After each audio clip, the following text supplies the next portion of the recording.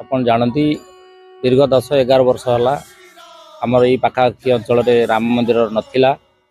ତେଣୁ ଏଇ ଗୁରୁସାହି ଓରକଳ ଅଞ୍ଚଳର କିଛି ବୁଦ୍ଧିଜୀବୀ ଯେଉଁମାନେ କି ହିନ୍ଦୁ ଧର୍ମ ସନାତନୀ ଭାଇମାନେ ମିଶିକିରି ଗୋଟେ ରାମ ମନ୍ଦିର କରିବା ପାଇଁ ଯୋଜନା କରାଗଲା। ସେଇ ଦିନଠାରୁ ଏ ମନ୍ଦିରର ଫାଉଣ୍ଡେସନ୍ ପଡ଼ିଥିଲେ ମଧ୍ୟ ଅତି ମନ୍ଥର ଗତିରେ କାର୍ଯ୍ୟ ଚାଲିଥିଲା। ଏବେ 3 ବର୍ଷ ହେଲା ଯୁଦ୍ଧକାଳୀନ ଭିତରେ ଏ ମନ୍ଦିରଟିର କାର୍ଯ୍ୟ ଅଗ୍ରଗତି କରିକିରି ଆଜି ସମାପ୍ତ ଘଟିଛି। ପ୍ରଭୁ ଶ୍ରୀରାମ ଆଜି ତାଙ୍କର ଆସନରେ ବିରାଜମାନ କରିସାରିଛନ୍ତି।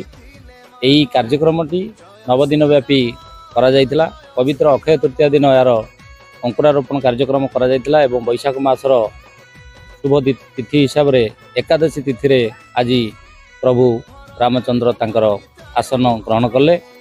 यही अंचल एक आध्यात्मिक परिवेश लगी रही 9 दिन व्यापी।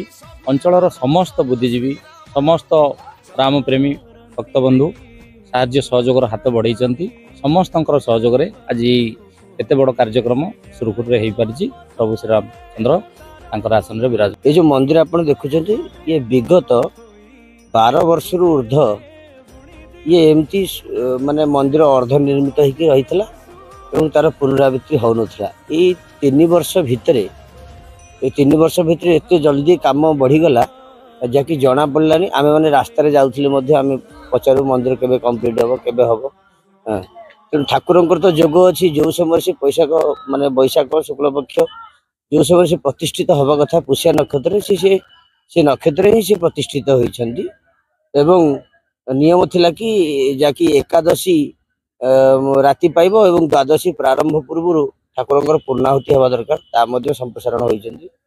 ये खंडमंडल कौटी भी श्री रामचंद्र भगवान श्री राम भगवान कौटी भी प्रतिमूर्ति नहांती निकट अंचल भितर पाखापाखि 10 किलोमीटर रेंज भितर कौटी राम मंदिर नहांती। तेणु बहु पुरातन स्थानटी को राम मंदिर स्थान बोली निरूपण करागला।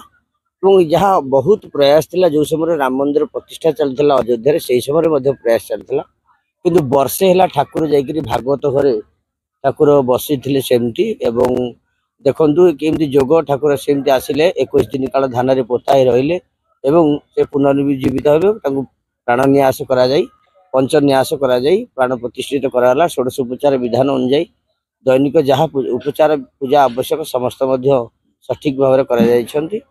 राम मंदिर प्रतिष्ठार मुख्य उद्देश्य जदि कहा जाए तेणु आम आम धर्मर सुरक्षा और मंदिर प्रतिष्ठा तो नित्यांत आवश्यक ता सहित राम मंदिर प्रतिष्ठार जो पर्याय रही स्वयं भगवान प्रभु रामचंद्र सीताराम ठाकुराणी सीता ठाकुराणी लक्ष्मण देवता एवं हनुमान चतुर्धा मूर्ति रूप में विराजमान करछंती एवं संपूर्ण अष्टधातु निर्मित संपूर्ण आपण द्रव्य उपद्रव्य जहाँ देखुं समस्त उपचार्य जिनस सठिक भाव में वैदिक रीतिनीति यज्ञ समापन कर आज थिला पूर्णाहुति एवं से पूर्णाहुति 10,000 ऊर्ध साधारण भक्त मान निमंत्रण कर पाखापाखि अंचल एवं भुवनेश्वर खोर्धा कटक पुरी एमती कि 13टी जिलार लोक मानक निमंत्रित कर किसी आसी पारना एवं आज प्रयास गाँव ग्राम्य कमिटी समस्त सदस्य भक्त भक्ता वृंद समस्त भाई भौणी समस्त साहाय्य करछंती एवं समस्त सहयोग